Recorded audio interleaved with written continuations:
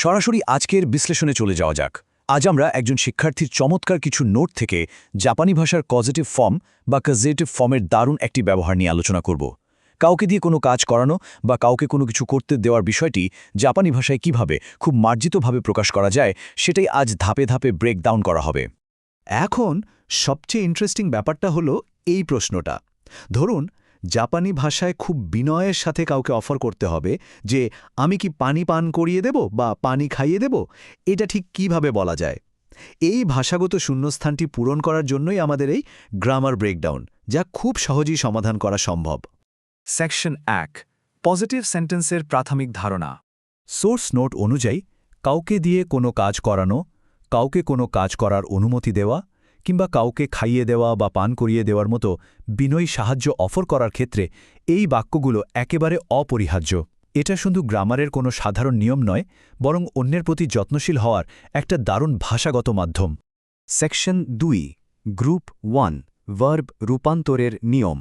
নোটসগুলোতে এই ধাপগুলো খুব নিখুঁতভাবে ভেঙে দেখানো হয়েছে। প্রথমত, নির্দিষ্ট ভার্ব বা ক্রিয়াটির ডিকশনারি ফর্ম নিতে হবে। দ্বিতীয়ত, শিক্ষার্থীর নোট অনুযায়ী ইউ লাইন থেকে বি কলমে শিফট করতে হবে। আর তৃতীয়ত, খুব সহজেই শব্দটির শেষে সেরু বা সেরু যোগ করে দিলেই কাজ শেষ। নিয়মটার চমৎকার একটা বাস্তব উদাহরণ দেখা যাক। পান করা অর্থে ব্যবহৃত ডিকশনারি ফর্ম নোমু বা নোমু কিভাবে খুব সহজেই নোমাসেরু বা নোমাসেরু তে পরিণত হয়েছে সেটা সত্যিই দারুণ। একইভাবে পড়া অর্থে ব্যবহৃত ইয়োমো বা ইয়োমু সাউলিলভাবে ইয়োমাসেরু বা ইয়োমাসেরু হয়ে গেছে। এটা একদম চোখের সামনে নিয়মটির নিখুঁত প্রয়োগ প্রমাণ করছে। সেকশন 3 পজিটিভ দিয়ে বাক্য গঠন। সোর্স নোটের ঠিক এই অংশে পানি পান করতে অফার করার একটি পূর্ণাঙ্গ জাপানি বাক্য রয়েছে। এখানে লাল কালিতে পজিটিভ সেরু বা সেরুকে স্পষ্টভাবে হাইলাইট করা হয়েছে এবং পাশেই আরেকটি লাল কালি লেখায় পারফেক্ট লিখে এই গ্রামারটির শতভাগ সঠিকতা নিশ্চিত করা হয়েছে, যা প্রমাণ করে কনসেপ্টটি বেশ ভালোভাবে আয়ত্ত করা হয়েছে। এই বাক্যটির চমৎকার বাংলা অনুবাদ পরিষ্কারভাবেই এই কাঠামোর বিনয়ী দিকটাকে ফুটিয়ে তোলে।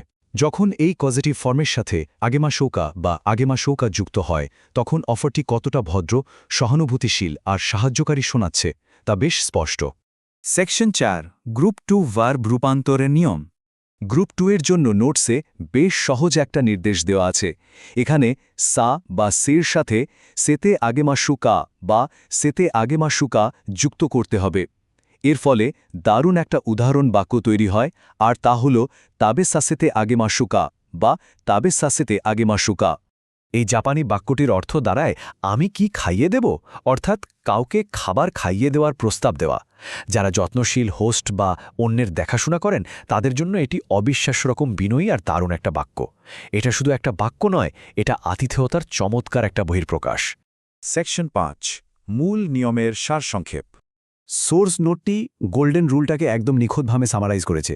এক কথায়, প্রথমে কাঙ্ক্ষিত কাজের ভার্ব বা ক্রিয়াটি আইডেন্টিফাই করতে হবে, এরপর সেটিকে সরাসরি ডিকশনারি ফর্মে রূপান্তর করতে হবে, যা নোটের লাল কালিতে গোল করে মার্ক করা আছে। আর সবশেষে ভার্বের গ্রুপ অনুযায়ী সেরু বা সাসেরু যুক্ত করে দিলেই তৈরি হয়ে যাবে একটি নিখুঁত পজিটিভ বাক্য। এই দারুণ ফর্মুলাটি তো এখন পুরোপুরি আয়ত্ত করা সম্ভব হলো। তবে এখন স্বভাবতই একটা প্রশ্ন জাগতে পারে, কাউকে খাবার বা পানি অফার করার বাইরে আর কি দৈনন্দিন কাজে অন্যের সাহায্যে আত্মবিশ্বাসের সাথে এই নতুন পজিটিভ স্ট্রাকচারটি জাপানি ভাষায় ব্যবহার করা যেতে পারে? যে কোনো ভাষা শেখার আসল সৌন্দর্য তো এর বাস্তব ব্যবহারে লুকিয়ে থাকে। তাই এই নতুন শেখা গ্রামারটি প্রয়োগ করে আর কি বাক্য তৈরি করা সম্ভব সেটা নিয়ে ভাবা যেতে পারে।